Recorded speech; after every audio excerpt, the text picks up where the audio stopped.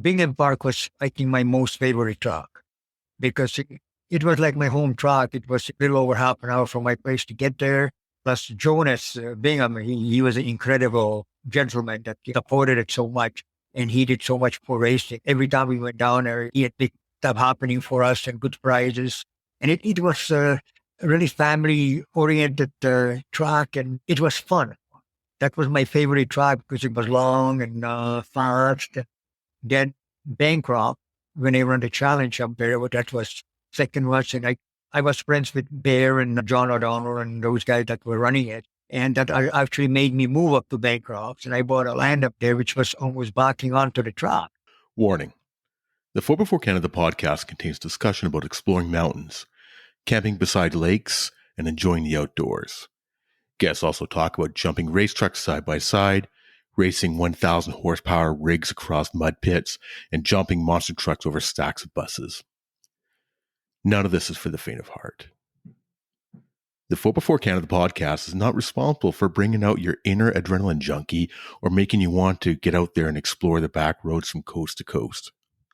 The 4x4 Canada podcast is not responsible for broken parts due to jumping your vehicle, hitting mud poles too hard, crossing deep streams, and doing other dumb shit.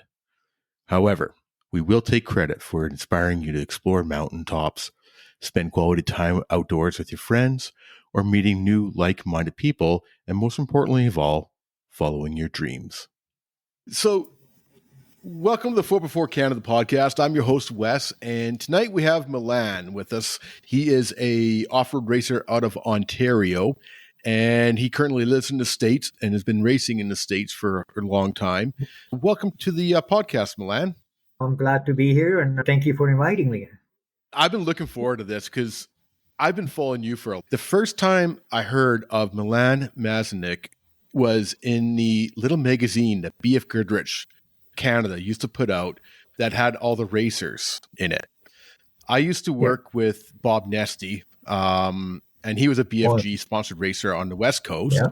And you and Barry were, yeah, exactly. So I used to work for Bob, and I used to see your name pop up and your Bronco pop up in that little BF Goodrich magazine that they used to do. And that was back into the 80s and 90s. So that's how long I've been following along with you, and your career has really grown from there. Do you remember your very first race? How did you get involved in off-road racing? Actually, how I got involved was I was racing the first road bikes, and I had a crash on a road bike, so I gave that up. And then I got into motocross. And when I raced motocross, I had a kind of accident, and then it really screwed myself up. So I was laid up. Okay. And I always been four-wheeling and mudding in that because I always had four-wheel drives, right? And when I couldn't do nothing and couldn't work, I got invited to come to a Paisley, Ontario, when I had a get-together, like obstacle courses. So I went up there and I watched it, and I was taking some pictures because I was like taking pictures. So I was taking pictures of it, and I really got hooked.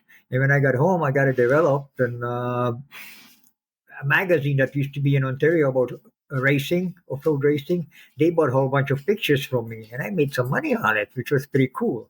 I wanted to get into racing. I really liked it. I talked to a bunch of buddies. One of them was Paul Plunkett that ran an off-road shop in Brampton Off-Road, and his buddy Gary Hammond that moved to BC and then ran a speedway up there, Dirt Speedway. I know you must have heard of him. And he found me a Bronco that I bought from them, and I built it into a race truck. And next year I went to the first race at Paisley, and I won it right off the bat by a pretty good margin on top of it. That's how I got into it. And that first year, I ran all the races, and I won the championship, and I won every race except the last race, which was in Sudbury. And I already had championship one, so I didn't really want to race, and I partied too much night before, and I didn't feel up to it. You know, I mean, you know how you feel when you get a hangover. But all the competitors wanted me to do it, so they get my truck ready, and I did go race, but I finished only second for the first time. So that's how I get into it the first year. Yeah. So what year was that? Oh, early 70s. I know it was, I think this is like my 52nd year or 51st year of racing. Okay, somewhere around there. It's too far back, and my brain ain't working no more. I'm too old for that crap. I feel that way sometimes too, and you got a lot of years on me. So you started racing this early Bronco, and you were doing like obstacle races and stuff like that, right? Back in the Obstacle 70s? drag racing, and then we went to Gravelrama and all the places in the US doing the little stuff. Yep. And we went to Bath, New York for the stupid little race and that. And one of the promoters down there decided, let's try like a wheel to wheel. Who would be interested running a bunch of trucks at the same time on a track down there they had? Of course, I signed up for it right away. And so we had 8 trucks. First time ever that you run the trucks together. And I managed to win that race. After that, we turned it into Ontario and started doing buggies. Already run it a little bit, but they invited a truck, so we started running with them, running a wheel to wheel, which that grew in a hurry, and we ended up with a lot of vehicles. Did that for a few years, and you ran that early Bronco for a number of years, right? Was that the I same ran it early for Bronco? for about 3 years when it was just a little bobtail. And once you start running the wheel to wheel, it got smashed up quite a bit. 1 year, I ran out of all the Bronco bodies, couldn't find any, so I put a Scout body on it because I found old Scouts. I put a Scout body on it. And that's when I started racing the Score Canada with George Dott, which is out west in BC now too. And I'm still in touch with them, him and his son.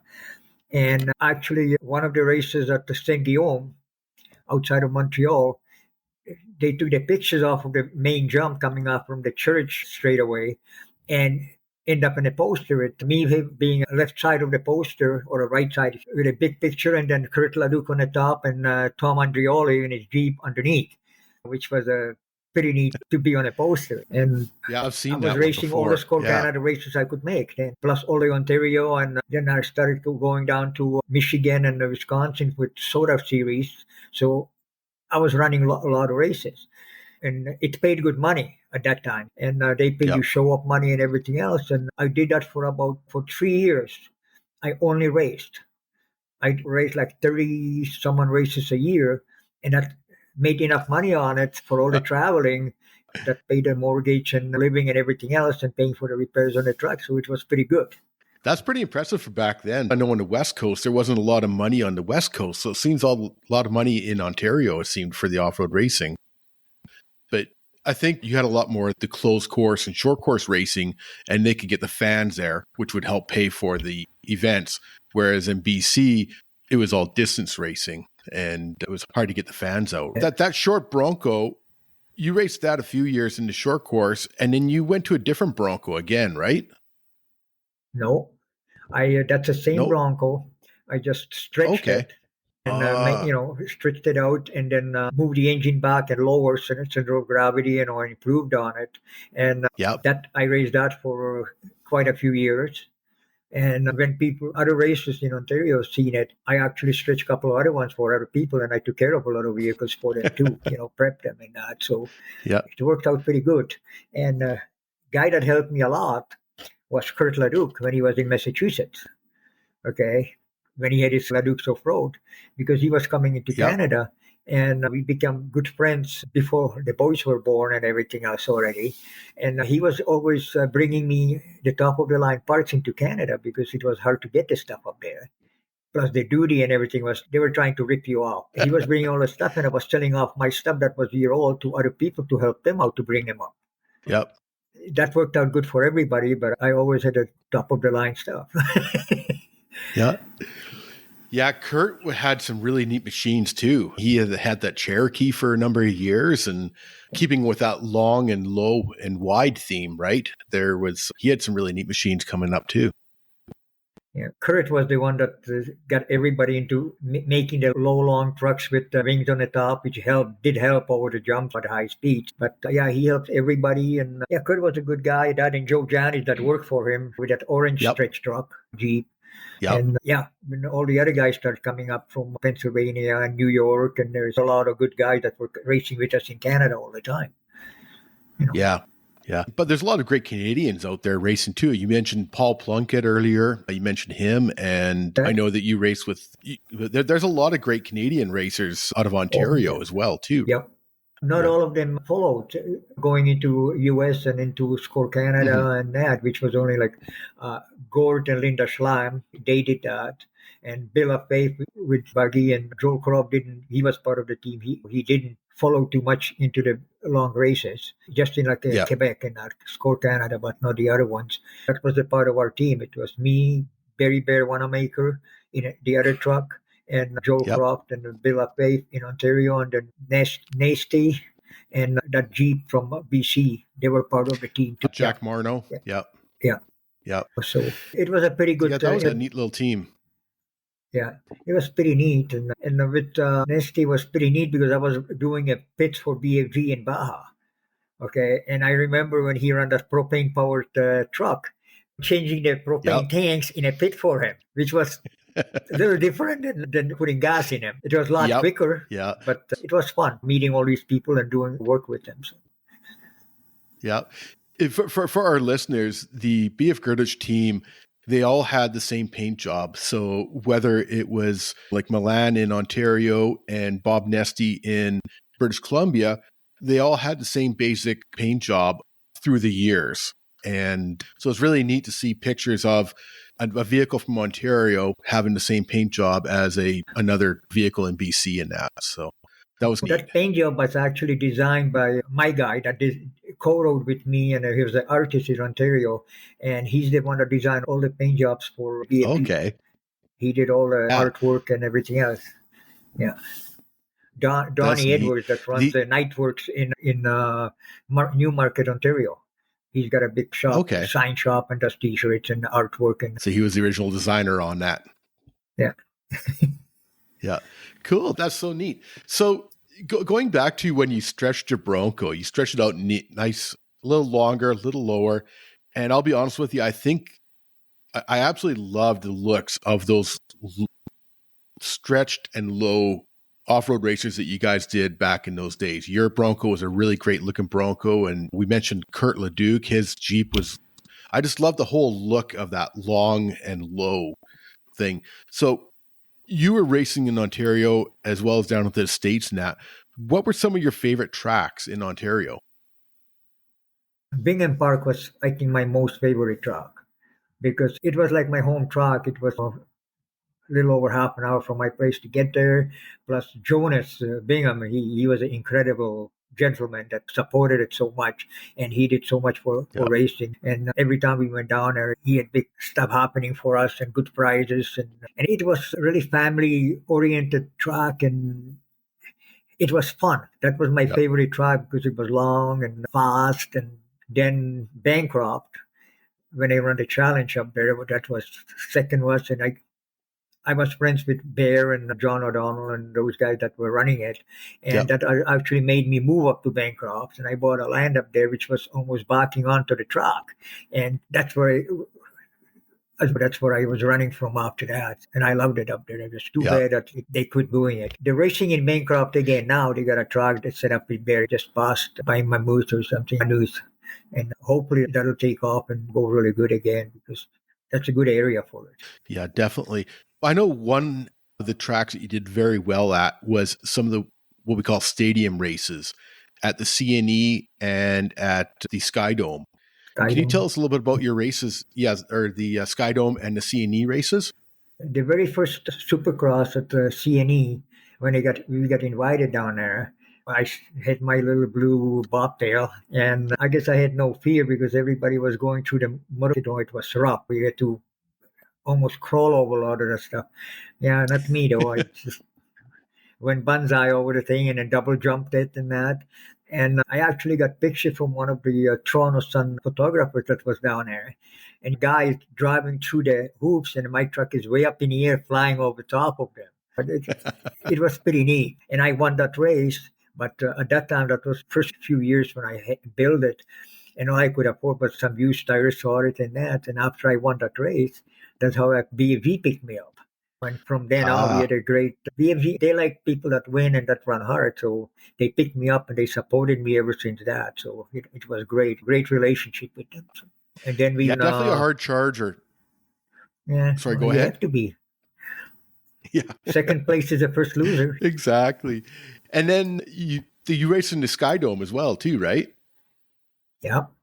That's when the Sky Dome opened up. There was only, I think, one game, and we were the second.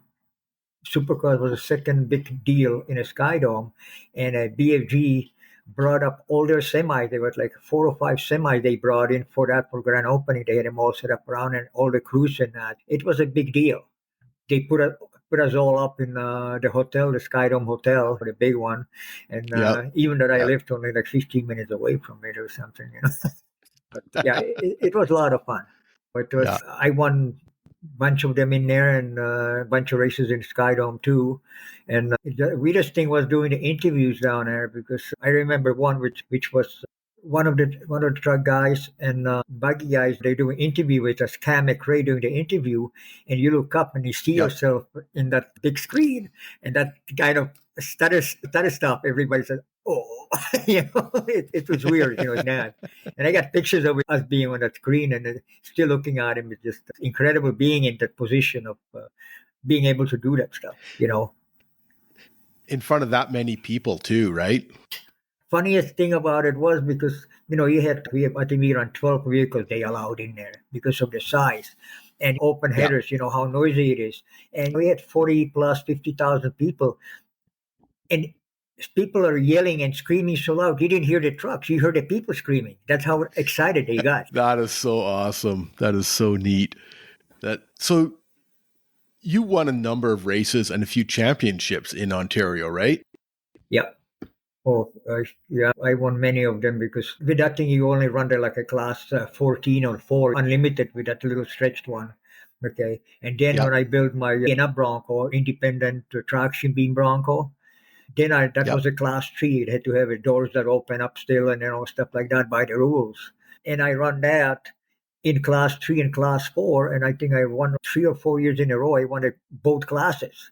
So yeah, beating the more modified vehicles. Yeah, it was having good stuff on it. And yeah, you raced that one down in Crandon and a few other American races too, right?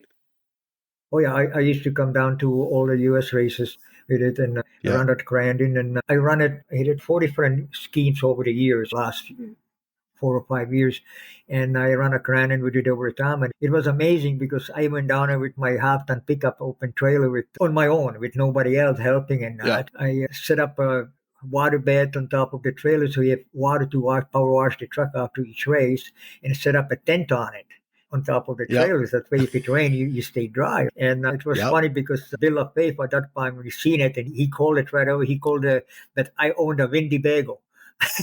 and managed down there. Down there, they run a class 3, class 4, class 14, unlimited. Then they had a limited challenge, and then they had an unlimited challenge. And I always run all 5 races. Okay, and I always placed pretty good in there. And then they paid good money. And Sunday night after the races, you just went down to the barn and they gave you the cash for the weekend. And you went a lot of contingency on top.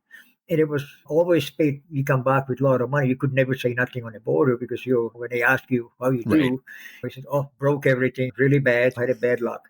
Because if you mentioned that you won something, they wanted to tax money on the winnings. Yep. We can talk about it now, Yeah, exactly. There's a statute of limitations. There's a time thing on it, right? So you're still racing, and we'll get into your other American racing in a bit, but you're still racing now, and there's obviously a huge technology difference on the racing, but have you noticed a big difference in the fun of it? Like in regards to the people and how different the racing and the whole family atmosphere has changed over the years? It's incredible. When I got involved with the team, when I got hired by the Ford team, and we had Rob McCackern racing for us, and then next year we had Scott Douglas racing. I was their crew chief and took care of the truck and everything else. And the technology for those trucks, it leap and bounds. Every year was an improvement. And it got to the point that as of about 8 years ago, sometimes they build different trucks through the year because the technology progresses so much, it's outdated. And the trucks now, they're worth, 500,000 to over $1 million a piece because it's all everything is hand built.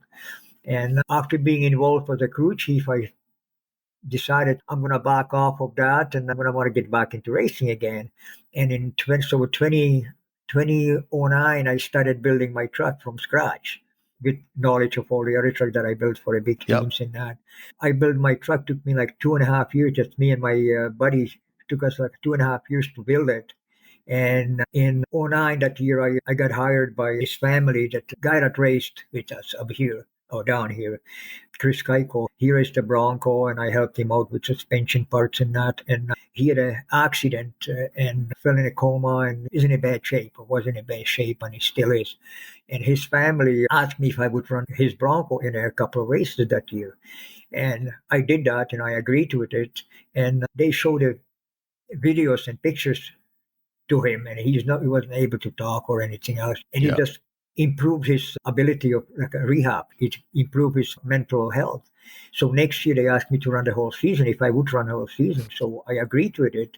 And that season I won the world championship in it, and won all 4 races at Grandin, and won the overall point championship in that Bronco. So that was good. And then in 2011, that's the first year I got my truck finished, and I run the Bronco and run my own truck on top. So I got to race a lot every weekend. It was funny because a lot of times Crandon and that, Bark Rivers and that, they run the class 3 and class 4s one after the other. And I usually won or finished in top 3, podium finish in a class 3. So I had to do the interviews and get presentation with all the sponsors and then do in front of cameras. And so they had a security waiting. With my crew already put my other truck on the line, having it on a lane. And as soon as I did the interview, I hopped in there, they hauled me to the line. I got buckled in and ran the next race right away. So I ran back to back most of the year. Lots of seat time for sure, eh? That's what you need. Yep. Yeah. Speaking of the tracks in the States, what are some of your favorite tracks down there? Obviously, we got Bark River, you've got Crandon, and some of these bigger tracks. What is your favorite track down in the Midwest? Down here, my most favorite track is Bark River because it's technical, high speed, and a lot of air. You get the taco hill jump that was, you flew 150 to 180 feet before you land. It's pretty neat being in the air for that long. Yep. And second one would be Crandon. That all the people down there, spectators and local people, are amazing to help out. And that was my two most favorite tracks. Crandon seems to be a very fast track, a high speed track compared to some of the others. Definitely. We were reaching up there on a backstretch, not coming into the corner 1, but a backstretch to Argonne Corner. You're reaching well over 100 miles an hour. And then you're doing 180-degree turn and head back the straightaway to the corner 1, which you're hitting at over 100 miles an hour. And hardest thing was in that corner 1, you're always coming in and heading down in the jumps and to hold it to the floor. And you think, you always back up, or your mind over on your foot. And it took a lot of years to say, I gotta do it. And first time I did it, you almost close your eyes, just hold it to the floor and hoping for the best. And when you come through the corner, you realize that's the best way to take it. Because as soon as you back off, a little bit burp the gas, you drift out. And you get close to the concrete wall or something or not. If you hold it to the floor and under traction, you stay nice and tight and makes it easier. After that, it's a breeze. You set up for the jumps a lot better than that. But it is a one hell of an experience to coming into that corner at that speed. And it is great. Yeah, that turn 1 in Crandon, there's a famous turn, like with a land rush start. That's going to be one hell of a rush in a land rush start. Yeah, it is incredible coming in there side by side and trying to be clean and that. But it's not you don't have as many vehicles now as you're racing. You might have 10, 12 to 15 vehicles. But a long time ago when I was coming down with my other Bronco, when up to 93, when I was the last year that I ran that Bronco up there, we had, in a heavy metal challenge, we had 36 trucks starting. There were 3 rows from starting gate to the corner, 3 rows of vehicles that are heading for that first corner. And that was with Walker and all the big guys coming in there over those things.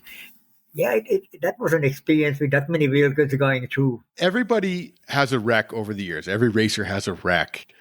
Would you care to tell us about some of your wrecks? Oh, I, You don't have to. It's I, okay. yeah, uh, I, it I don't happens know what to. happens to all of us, unfortunately. Yeah. So going back, let's flip back up into Canada. You did the races in the lower Bronco, and you went to that twin I-beam Bronco where you mentioned where you ran class 3 and 4. Who were some of your biggest competitors back in the racing in Canada? With the original stretch Bronco, that's when it started getting really competitive.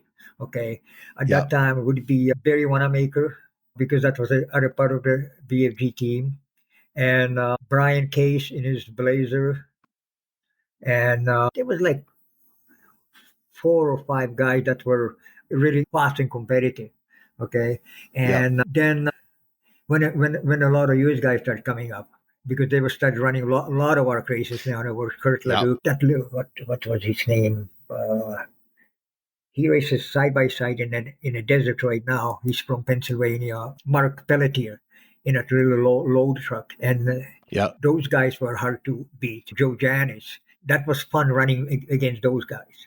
yeah, You had good yeah, competition. You didn't mind losing because they had a lot better stuff and helping you out and everything else. So it was a lot of fun. Yeah. yeah, yeah. Do you think the racing back then, the racing and the atmosphere in the pits after, do you think that was more fun back in those days? Oh, it was a lot more fun because people work together. Racers help each other. It was family member. Now when a big money came in, millionaires come into it, and it got to be everybody's. A lot of people are standish up to people and too competitive and hiding stuff.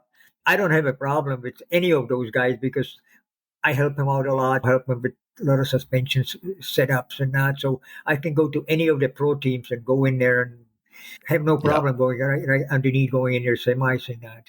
Because when I raced with Al Drews, when we were member together, raced together down there, I had all the specialty tools and that, and all these big pro teams that millionaires that had a lot of stuff. They were short on that stuff, and the word got around that I have the stuff, so they were sending people over, and I was helping them out, and that's how I got to know all these good people. And if I needed something, I went up there, and everything was, yep, it's in it's there, and they go get it, whatever. They never took anything for it because I helped them out before, so I was getting the yeah. payback. So when you moved down to the States, I know you mentioned earlier when we're talking that you ended up being crew chief on with a few teams and with some big name drivers like Rob Yeah, McCachran. And how yeah. did you get into, Scott Douglas? How did you get into working with those teams? Actually, it was by Dennis Schluter, that was a SVO guy at Mhm. Ford. Okay, his son was racing. He had a team, which was a Rampage Racing, and in '93, they helped me up a lot. They supplied me with parts and that, like a Ford SVO. And in '93, I quit racing, and in '94, they hired me to work for their team for Chad. And he got hurt that year because he was building a big truck at Kurt Leduc's in Cherry Valley, Cali, building a truck for him, a big Pro 4 truck, and he was racing that Yeah. Bronco. And so he spent a lot of money out west. So I was prepping the Bronco for them and taking it to the races for them. And then he had that big accident at Grand, and his co-driver, Mark Rose from Magazine, passed away in it. And he got hurt really bad. And they hired me for it, and I did all the work for them. And then next year, Chad couldn't race, so I actually raced that truck for them. So that's how I got into driving it. And then year after, they hired Rob McCachran, and I was his backup driver and a test driver. I was doing all the work and hauling it to the racetrack and driving it, some qualifying and that. So it was just like that. I Uh, got hired because I was in the right time and with the right people. yep. Yeah. Quite often that's what it's all about is the right time and right people. So Yeah. yeah. And you mentioned that you worked with Scott Douglas for a number of Yeah. years. Scott Douglas, when Rob McCachran drove for us for Rampage for 1 year, and then Jim Venable from out west, out of Yeah. Hemet, had Kurt Leduc build a truck for them. We hired Douglas that drove for Herzog before. So we hired Douglas Yeah. to run next year. And we ran that whole year with him. And then Scott decided to run his own team and hired me. So I went out west, and the whole winter we were building a brand new truck in Hemet with Russ Wiedemann, the designer that did all the Scott Taylor's trucks design, and for Robbie Gordon and Jim Ultra Wheel, Jim Smith. He built all design and built all their trucks. So I stayed up there in his place and built a truck through the winter for Scott. And then when we started racing, we won the Governor's Cup and championship again in that year, as we did with him in the Rampage truck year before, and before that with Rob McAkron, we won all the stuff with them. So we had four championships in a year after year in a row with three different drivers and two different trucks. That's a testament to the vehicle prep and design and workmanship on the vehicle to win with different drivers and different vehicles. You and I were talking earlier off air that with your current truck, you do everything on it, everything from the engine to differentials and fab and all that stuff. Yeah. Is that just through years of experience? Or is that just because you want to do it yourself and make sure it's perfect? I would say to experience, because I always build my own stuff from original Bronco to that, and then working with the money teams. It was when the money is no object, which is awesome. Working with something like that, you don't have to scrounge and see how much this costs and that, and when you can afford it. It's a different experience working with those, and you're pretty well free to get what you need and free to do whatever. You buy whatever you want to do. Because I was helping through the winters when racing wasn't. I worked for Charlie Schleby and Anigo. They worked for Adrian Senny's truck and Jimmy Crowder's Pro Light. We were getting that ready through the winter. And with Adrian Senny was awesome because you needed something, right? You was, hey, we need to get this part. And answer always was order at least 2 or 3 of them. Okay, because we need spares, right? You never had to ask how much it cost. You just ordered it, and it showed up, and that was it. Bill went directly to New York, and the bean counters up there paid it. So you didn't have to worry about cost. All you did just, at the end of the week, you got paid, and you went home. Yep, you're out. It's awesome to work under those conditions. No doubt. So after you're working on other people's vehicles, you went back to your own truck and you built your own truck. What is that truck and what class are you racing in now? I built it there was a new class that we was part of starting, was a limited 4 because make it affordable. And we had to pay how much you do. It was a spec chassis. And there was like 8 of these trucks built. Okay. And which was a narrower, shorter wheelbase, a narrower track width and that compared to Pro 4. And we raced that bunch of years, and then there was a kind of bad thing happening by certain people, and it got killed. Okay, that class got killed. I was running with the Pro 4s because they asked me to run with them to have the bigger numbers and that. And I was running with Pro 4s, and I had a lot of fun, but it wasn't as competitive because my whole truck cost less than their one engine. But you had respect from all the guys and that. And in 2016, that's when a Red Bull did that Red Bull Cup at Crandon live on TV. Okay. And I got to run that. And we had 14 vehicles start. And they were all the Cali guys, all the big trucks. And because it was no point race, nothing, it's strictly money race. So there was a lot of carnage and a lot of crashing in that. And by the time the race was over, I ended up in a 4th place, finishing 4th, which was awesome. That paid more money than 3 years of winning races in my other class all put together. So it was pretty neat. Yeah. Well, that's quite an that was my last year racing that truck. Boys. So yeah. Okay. And that Red Bull race was my last race. I quit racing the big stuff because it was getting way too expensive. Yeah. And I sold it to a different guy, and he raced it for a few years. And that's when I end up with a cancer. And after I killed the bitch, I got my truck back from him, and I put it back together, and I stretched it and improved on a wheelbase and everything else. And I turned it into a good handling truck, but I still run my own build engine in it. But then I end up with a really good engine by Carl Wagner that is awesome. It's more powerful than that, but still not as good as the top of the line engines, the $80,000. This one is only like $30,000. So. It's still out of my budget. Yeah. Well, but you're still racing though. You're you're just shy of 70 years old, right? And Yeah, or I have you turned got 70 last October, so but okay? once I got the truck back, I started racing a small series up here that's very affordable. That is like it used to be. It's family oriented, doesn't cost Yeah, much to enter in that, and payback is pretty decent. So yeah, that yeah, it's very enjoyable. And we got a lot of we had a few years ago we had a Canadian people come down, which he did your podcast before, McCrossin and Nicole yeah, McCrossin. She came down with yeah. her Bronco and that, and the little pro light came down. And then this year, last race, a bunch of them came down again, and we had a good race, and a lot of other people got interested. And so for next year, we already have with IOTA, we already have a weekend planned as a reunion weekend. So a lot of the Canadian guys wanted to come down, so they're all welcome, and we're planning a lot of surprise stuff for those weekends for them to help them Yeah. out, and hopefully Cool. sponsors will come aboard, and we can make a Yeah. good payout for them, make it worthwhile coming down.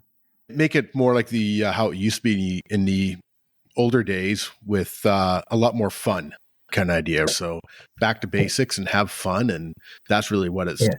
In the end, that's what it should be really about. But the money helps as well. Yeah, it sure Yeah. does. So you also raced down in the Mint 400 as well, too, right? You and Al. Yeah, well, we planned to. Al ran the Mint 400 before, like in '84, and when he was in and out of Minnesota, and then when he moved to Michigan, he started coming up racing with us. We became good friends, so we planned to run a Mint 400, and it takes a lot of planning. And you've been there Yeah. before, so you know what it's like, especially with a truck. So we worked on a truck for over a year. I built a whole rear end for a Dana 60 for the desert work system. And we planned on it, and we went down in '89 to run the Mint. And BFG helped us with all the support for the pits and that, and tires and that, which, that's a big expense because you go through tires like Yeah. crazy down there, especially on the old Mint. When you went through a rock garden, it chewed Yes. them up like you would believe. And we did that, and we did run the whole race. And I don't even know where we finished, but it was like 38 starters. I think we finished in top 20, it's still good. Just finishing the race Yep. down there is pretty good at that time. And we had a lot of fun, and it was a nice experience. There's a big difference between running desert racing and short course wheel to wheel racing. It's a whole nother mentality. I've done both as well. And it's you got to really think about everything more in the desert racing. Do you prefer the longer races? Or are you more into the action of the short course racing? Both. I like the long ones, endurance, because you got to run it with different kind of mind. Like a desert Yeah. race, you run it, you got a sections where you run the hell out of it. You got to be on a ball that's like in a short course. But then you get to the lake beds, and that's when you can relax. That's when you can calm down, and you're doing 100 miles an hour across the lake bed, but you're relaxed till you get Yep. in there. In a short course racing, you're 110% all the time. There is no relaxing. You just go Yep. till it's over. It's a different type of racing. You gotta be in the right kind of set of mind to run. You can run a desert race like a short course, and you can run short course race like a desert race because you wouldn't do nothing. Yep. Exactly. No, you're exactly right there. You've been racing for almost 50 years now. Yeah. Do you still get that feeling when you're sitting there on the starting line waiting for that green flag to drop? Are you calm, cool, and collected, or is everything the blood just pumping through you? That is a funny question because it happened a few times early. I never got nervous before the race. I was just hyped up to go racing. Okay. But I was relaxed at the starting line because a lot of times, and it happened in Score Canada, when we waiting in a lineup because you had to be lined up ahead of time, and I fell asleep, and the guy that checks you off had to wake me up. And it happened many times. So I was pretty relaxed on it. I don't get excited like nervous and that before the race. So. Oh, that's hilarious. I know a lot of guys, it goes both ways. Some guys are totally relaxed like yourself, Dale Nesty and Bob and that, they're chill, they're relaxed. And then I know some guys that are just wired, right? And I'm like, Yeah. That's the dude that's going to hurt himself and other people. It's the guys that are just absolutely wired and ready to go. You had a bunch of Yeah. races that when you used to run the longer, an hour, 45 minutes, half an hour, and they keep shortening it. Yeah. When you run the longer races, you had to know the competition because some of the guys in the longer races, you have to finish the race to place or to win it, right? Yeah. So you have to run it with something in your mind how to run it because a lot of guys they go banzai right out of the hole, but you run a half an hour race, but they only had a 20-minute truck because they killed it before the race was over. So you didn't have to worry about it. Once in a while they did finish, they won Yeah. the race if they truck lasted, but most of the time it didn't. You had to run and then you count the laps, and then towards the end that's when you start pushing and Yeah. getting through it. But now with the short races, it is you just gotta go balls out right from the start. Yeah. Was there any races in Canada that did the land rush start like they do in Crandon, or was it all vehicles lined up too wide? Oh, be it land rush at Bingham Park, we were doing a land rush start, Okay. and couple of times we tried it in Bancroft, but Bingham Park was always a line rush start for a lot of years. From the back, from the south side of it towards the apartment buildings, you start on the top of the hill heading down, and that's where you end up with a lot of crashes. People that didn't know that thought they need to win it into the first corner. Which I did it once. I did 7 end over ends off of that. I know what it's like. You learned your lesson. Yeah, I crashed a lot. Not a lot, many times some bad crashes. Yeah. It If you happens, don't crash, you don't unfortunately. know the limits. Yeah. You mentioned earlier when we're talking off air that how much you like speed. Obviously, that's what's pulling you back to keep racing when you're 70 years old is the love of speed. It's got to be it's such a rush, right? That's what it is. I just there is not you can't even explain it what it's like. You're up there and you're on top of the world because I just it, it's hard to explain what it's like. But yeah, I loved it. I love it. I love the racing, and that's why I keep doing it. That's what keeps me moving. If I didn't race, I Yep. would probably be in a wheelchair right now. So. Yeah, I totally get that. When we were talking earlier, you just came in from the garage and you're like, that's what keeps me alive is just tinkering in the garage and racing. Yeah. Yeah. And that's what obviously helped to get you through cancer and stuff like that as well, too. So that hope of coming back. So is there anything that we missed that you wanted to talk about today, Milan? It was few. I got involved into racing. I do a lot of other racing. Did drag racing. I build drag racing bikes for Harley Shop. Built a bunch of bikes and engines for them. And I had to be at the track because I had 7 bikes running at the track. So I had to be there to take care of them and that. And I know why they call it drag racing. It is a drag being there doing nothing. You're eating. When I was in Bancroft, I had a Polaris dealership and snowmobile dealership and ATVs and watercraft. And so I was always into snowmobiling. And down here, when I was at the track, it was so boring. I decided I'd build a drag sled snowmobile for the quarter mile. So I had enough parts. So I put a snowmobile together and I had an 800 engine in it, a Storm engine, which is big, heavy stuff. And I built a whole sled, made it lightweight, and designed my own suspension and wheel skis and all that stuff. And sled usually it's like over 500 pounds, right? And when I was finished with this drag sled, it was only 373 pounds. It was all chrome all. It was all lightened up, all what you needed. And it was fun because it ran in below 10 seconds at about 125 miles an hour in quarter mile in summertime. Yeah, it was interesting. And I got to help guys when I wasn't racing with the teams, when I had time. So go to the tracks on Thursday nights and help them out and got involved with those guys and one NASCAR bush races. And he asked me if I would help him out. And I ended up to be a car chief on a bush team for limited races for 4 years. So that was a different experience in doing that stuff. Get to know different people and different stuff. And it transfers to all the different racing. You can transfer to different type of racing from what you can do. And right now, I'm helping a guy a little bit that I run the bush races with.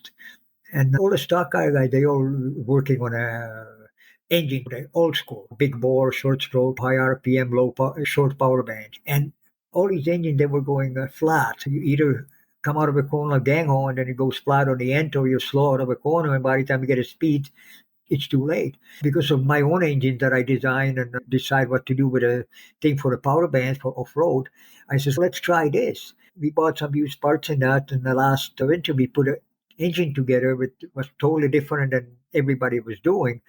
And it was so impressive that it runs the whole straightaway. It's got a lot more power, and it's a little force motor off of a 302 block. Yeah. And Lowell Bennett that runs it, he was so impressed. He just bought all the parts and built a second engine, getting rid of all the Chevy stuff and sticking to this because it's more impressive than the old school stock arm engines. It's funny that we can transfer a lot of the stuff to different type of racing and improve it. Yep. Yeah. It's funny. I was talking to Dale Nesty a while ago, and we were talking about because he used to race road course Mustangs as well as off-road racing. And he said that doing the cross racing made him such a better driver that he recommends any driver choose any other style of racing and race that as well, because you'll just improve your skills so much that doing this cross racing. You can see it in all different racing. Like for off-road racing, if you race motocross, it makes you a better off-road racer because you can read the tracks and look at the lines and pick the line. And people that only rush that, you can see them, they're doing the same mistake every corner. You got to try everything else. Look at all the NASCAR, the guys that run the dirt tracks, and that's where came from off-road. They were doing a lot better. They could save the cars that were loose, that everybody would crash. They saved it. Jimmy Johnson, that was a good friend of mine, and I worked with him and that. And you get Mears' kid. He ran into it. Tony Stewart from the sprint cars, what they could do in a car, how they could save it. And they run different style of racing. They did a lot better. Yeah, you can transfer it, Exactly. Just more refined. It just gives you that little bit more experience. So, yeah. You always raced Fords. Because of Henry Ford was my hero, and I always liked Fords. And then Ford helped me out a lot through SVO, because when I was starting winning races, they started helping me out a lot with contingency and parts and that. And then working for the Ford team, it was all behind it. Plus, Ford engines were more durable than Chevys. When I started racing, I always started doing the 351 Windsor engines. And they say, why are you doing that? It costs more money. I says, yeah, it might cost a little more money, but I can run the same engine for over 2 years, while your Chevy engine, you got to rebuild it through the year because the bottom end wasn't stout enough for it. Plus, it makes more torque and bigger power band. You have to do a lot of research before you decide what you want to do. And I did a lot of research, and it was good. Even when the big money came in and you see all the Pro 4s and Pro 2s running, they run Dodge bodies and Chevy bodies and that. But most of them, it started for first few years, they all run Ford engines in them. Roush and a few guys figured out how to make the Chevys run. And that was when they come up with the SB2 engines for NASCAR, which they copied the Ford Yates heads and that, and the Dodge did that same thing. They copied those heads and that, and the Toyota is the same thing. It's all copy of the heads of Robert Yates' head that he designed, which basically that's where he came off of. Then he started that 351. That 351 Windsor is such a classic engine and such a stout engine. I'm a Ford man myself. I love the Broncos, as you well know. I'm a big Bronco fan, but I'm a big Ford fan overall. And that it's hard to beat that 351 Windsor for. What was the best explanation of how good a 351 Windsor was when off-road magazines were doing the King of the Hill test and that. So all the manufacturers supply the vehicles and they do all the hill climbs and speed runs and everything else. Yeah. And when they did 1 year, when they did that, Dodge supplied a truck with a 400 and 400 engine, big block. Chevy had a 454 Chevy 4-barrel, so the Dodge 4-barrel. But Ford, for some reason, they couldn't come up with a 4-barrel truck. So they sent a 351 Windsor 2-barrel truck to do the test. And guess who won? The Ford kicked ass against all of them. And then they showed dyno runs on the engines. And it was funny because 351 Windsor had a higher torque value than a 454 Chevy and 400 Chrysler with a 4-barrels, and a Ford only had a 2-barrel on them. And they had a higher torque value and more power, and won most of the competition on it. Overall, they won it. So that tells you a lot about the engine. Yeah, that 351 Windsor engine is just it's a classic Iron Horse engine, right? Yeah. You had to figure out a lot of stuff on that start with the 3-inch Yeah. bearings. There was stuff they had a problem with oiling in the back. So you had to do a lot of improvements. And so we grooved the bearings, and now you can buy them all for it. Everything is grooved bearings to have a better flow, less restriction, because with a 3-inch you had so much friction. So with a groove in the center, you get better oiling and less friction. But you still have a lot of durability of the thrust and the bearings, big ones. So. Yep. But back in the early years, there was a lot of home-built ingenuity over the years. And I noticed, like, when you guys went to the lower vehicles and the wider vehicles, but there's a lot of trial and error on some of the things. Like, I noticed that in Ontario, a lot of the vehicles used, if they had leaf springs in the back, they used that slider where as the leaf spring would compress, that rear shackle would actually slide on the frame and that. Was that something that you used in the Broncos as well? No, the first slider suspension on a leaf, because you had to run leaf springs at that time because by the rules, so you had to use factory stuff, right? And first slider suspension was Nolan Brothers in their big 79, 78 Broncos. They did the sliders on it. They were good. Okay, but the dirt was the drawback of the sliders. So you still shackles were the best way to go with extended shackles with really thin leaves, and that's why we used to go to all the junkyards and we collected all the Chrysler car leaf springs because they were really thin and long, and that's what you build your springs out. Right. Because you had a nice soft ride with a lot of travel. And it wasn't harsh because the regular springs on the pickups and that, they were too harsh, they were too stiff, they were too thick. So you had more leaves, too thick, thin ones, and that made it work. Plus, they didn't sag as much. They lasted. Same thing in a desert when you used to do that. They would last longer. The thick sleeves, they get heated a lot more and they sag down. You lose travel and you lose the spring rate. So. Yeah, there's a lot to the suspension. Let's actually talk. Oh yeah, no, there's a lot of technology to leaf springs. People don't realize there's a lot to them. But let's roll back to the Nolans. You mentioned them. It was Rick and what was his other brother's name? Pete and Rick. They had a Nolan transmission. They built a lot of our transmissions. Yeah. So they had their 78 Broncos, and didn't they also have a Camaro as well? Oh, that Pete originally had that Camaro with a big block Chevy with a tunnel ram and twin 4-barrels on it. I got a couple of pictures of it. He actually ran a stadium races, a CNE stadium race with that. That was a pretty neat-looking vehicle. Yeah. Yeah. Different, right? Yeah. Oh, definitely different. Yeah. Yeah. Yeah. How many Camaro 4x4s do you see running a big block with a tunnel ram? Oh, it was fast. It was really fast, but he got so fast he couldn't make corners. Minor detail. Yeah. Yeah. Cool. I think we covered a lot there tonight, Milan. I know that we could talk for hours. Lots of different stories. A lot of other stuff besides race. A lot of time in Baja doing the pits for BF Goodrich. So it was awesome being all over Baja and knowing the local people and how nice it was. Nice experience. Yeah. Yeah. And you were pitting for BF Goodrich down in I was Baja? running a pit for BF Goodrich. I had my own pit up there. And I've always been way down south because I don't know why, but I could fix stuff on the road, get everything going. So I always got the worst, not worst, but the farthest pit with the worst position after the hardest part of the run. They always promised me to go to Bay of LA, which is a beautiful spot. You stay in a hotel, you don't sleep in a sleeping bag and top of the semi, and stay away from the snakes and spiders, because we had some neat experiences down in Baja with snakes and spiders and Gila monsters. Yeah, Baja's a special place. Have you been down to one of the NORA races? I wanted to race NORA, but I'm too old for that stuff now to build a truck for it. And I would have one that would run, but it would be interesting. Like Steve McRoss and he run it now. Yeah, it's fun. I just got asked to come down to Las Vegas for the Mint 400 to help out Tommy Bradley and people from Arizona coming over. They asked me, but I can't go. I got too much.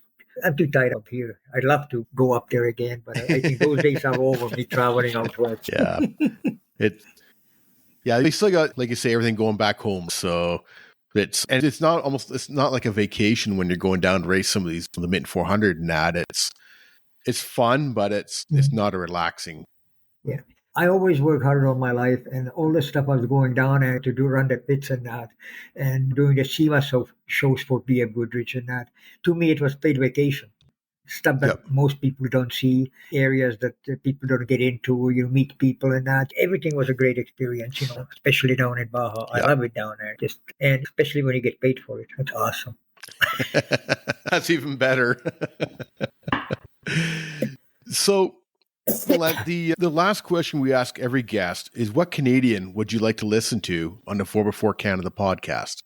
It's too bad that I would love to have Bill Fave on it, but he's passed away. So R.I.P. Yeah. Bill. He would be awesome to be on a podcast because we Yeah. spent we did a lot of racing. We traveled together and we had some experience. And I rode with him in his 2-seater, and he rode with me in a truck. And it was funny. He was terrified, and I was terrified. We're not good co-riders. We're good drivers.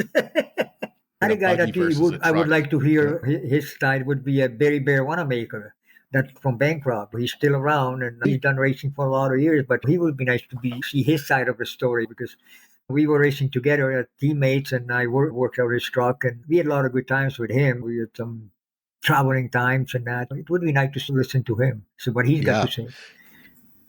Yeah, Barry Wanamaker would be definitely an interesting gentleman. I've heard lots of stories about you and Barry, both racing on a track as well as in the pits and the after events. Yeah, we had some fun times. We'll leave it at that. Yes, we do. It was really awesome talking today, Milan. Like I say, I've seen you on Facebook for years and seen all the pictures that you post and stuff like that. And yeah, I've been wanting to talk to you for a while. So I really appreciate you coming on board with me tonight. Yeah. Glad that we got together and we got this time together and share some memories. It's awesome. Definitely. And hope to. I will have to hook up with you next time I go podcasts. down to Crandon. Yes. Yes, when you come to Crandon, just give me a call. I'm only like a little over an hour from Crandon. So. Oh, really? A real good visit. Sit around the fire with a beer and. Oh, definitely. Crandon, I want to make Crandon again. That's one of my goals for the next couple of years. So if you're coming down, come down. We can have some good times. And definitely. Okay. Sounds like a plan. It was fun. Awesome. Thanks, Milan. I appreciate it. Thank you very much. Okay. You have a good Talk to you soon. Happy New Year, buddy. Okay? Yes, you too. Stay safe.